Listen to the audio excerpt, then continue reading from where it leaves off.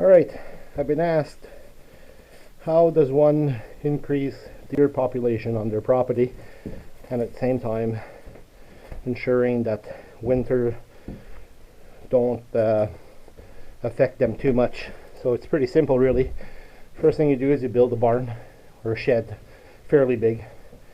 You get yourself about 10,000 pounds of feed from your local farmer, about 40 bales or so of hay, but you have to break it apart in much smaller pieces, of course, because deer usually don't eat hay. And then you purchase different supplements to mix with your food. Proteins like beet pulp is what I use, and other ingredients like soy if I can get some. And you make about 4 of these pails per day, all depending, I guess, of how big your group of deer is.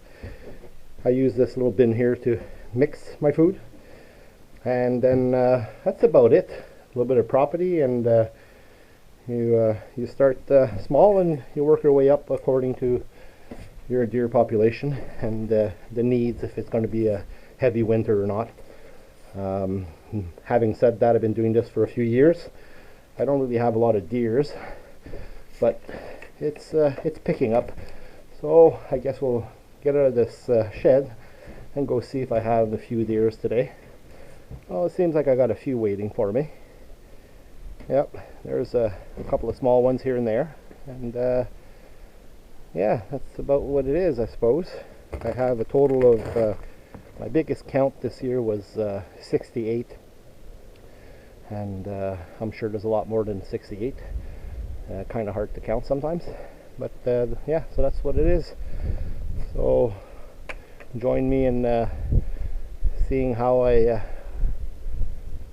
feed the deers. And basically they listen to me, so I just say the command: up, up, up, up, up, up, up, up, up, up, up, up, up, up, up, up, up, up, and they slowly start working their way up the hill. So hope the video works out, and enjoy the scenery.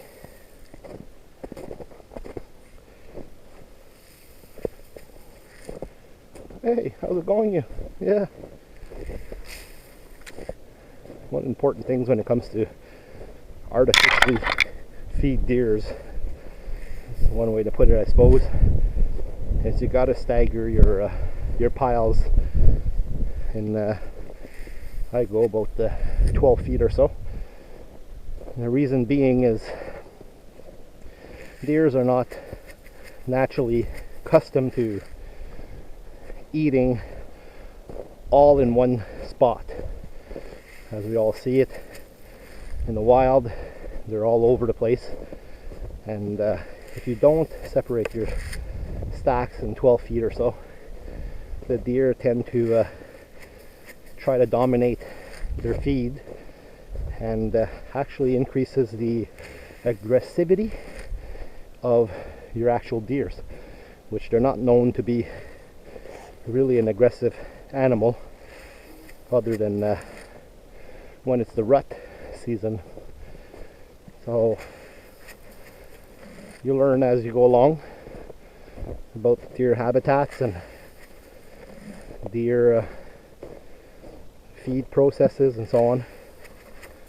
And I try to tend to put about 3 times more stacked than what I have in deer population. So in this case here, I have an average of about 60 plus deers, so I tend to put in at least 60 some stacks times 3. That way it gives a fair chance to all the deers to get their share. As you can see, I'm a little bit early today, so the deer is a little bit more uphill, but it won't be long, they'll all start running downhill and work their way towards the feeding piles. And I noticed that it's best to walk through your pile of food that you give the deers, as I'm doing right now, because I notice it kind of shuffles the herd. So they'll kind of move along. Sometimes some will stay very, very close. They're used to me.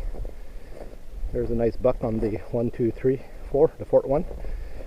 They'll tend to move along, and then some other ones will kind of circle behind me, as you can see, and it gives a better chance for all the deers to at least get a hit per deer per stack. Alright guys, move over. Oh, I made a mistake here. That wasn't a buck, that's a doe. Yeah, come on, move along. Up. Move, move, move. Come on. You'll get your turn. You'll get your turn. Yeah. So I'll just go back and get another pail and basically repeat this about 4 times.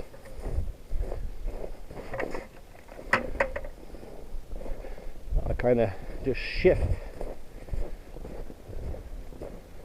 and just start a different section of my property.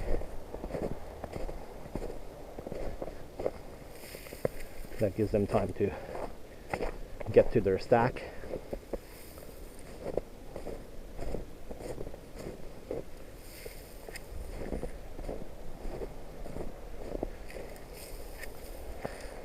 I also tend to drop the feed along trees. The reason why is because for some reason the deers will manage to make their droppings further away from the tree, and that way you don't contaminate your actual feed from urine and droppings.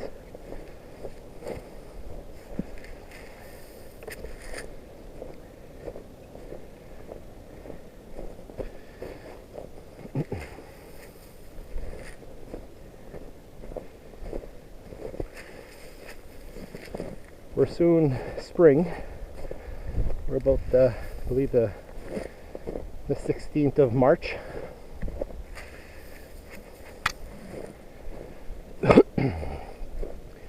We just had somewhat of an unforeseen snowfall. We usually get some in March, but not really a foot. And this time last week, there was barely any snow in the wood, which was welcoming news. It exposes more natural feed for the deers, and I'm on the getting closer to ending the feeding season. I typically wait until I see plenty of natural growth occur, and seeing the deer population diminish, therefore kind of working their way into prairies and so on, and then they're good until next winter.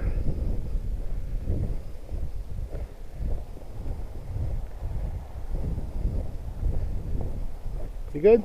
Huh? Is that good? Enjoying it? Yeah? Good? Good lunch? Is that a good lunch? Yeah? You like it?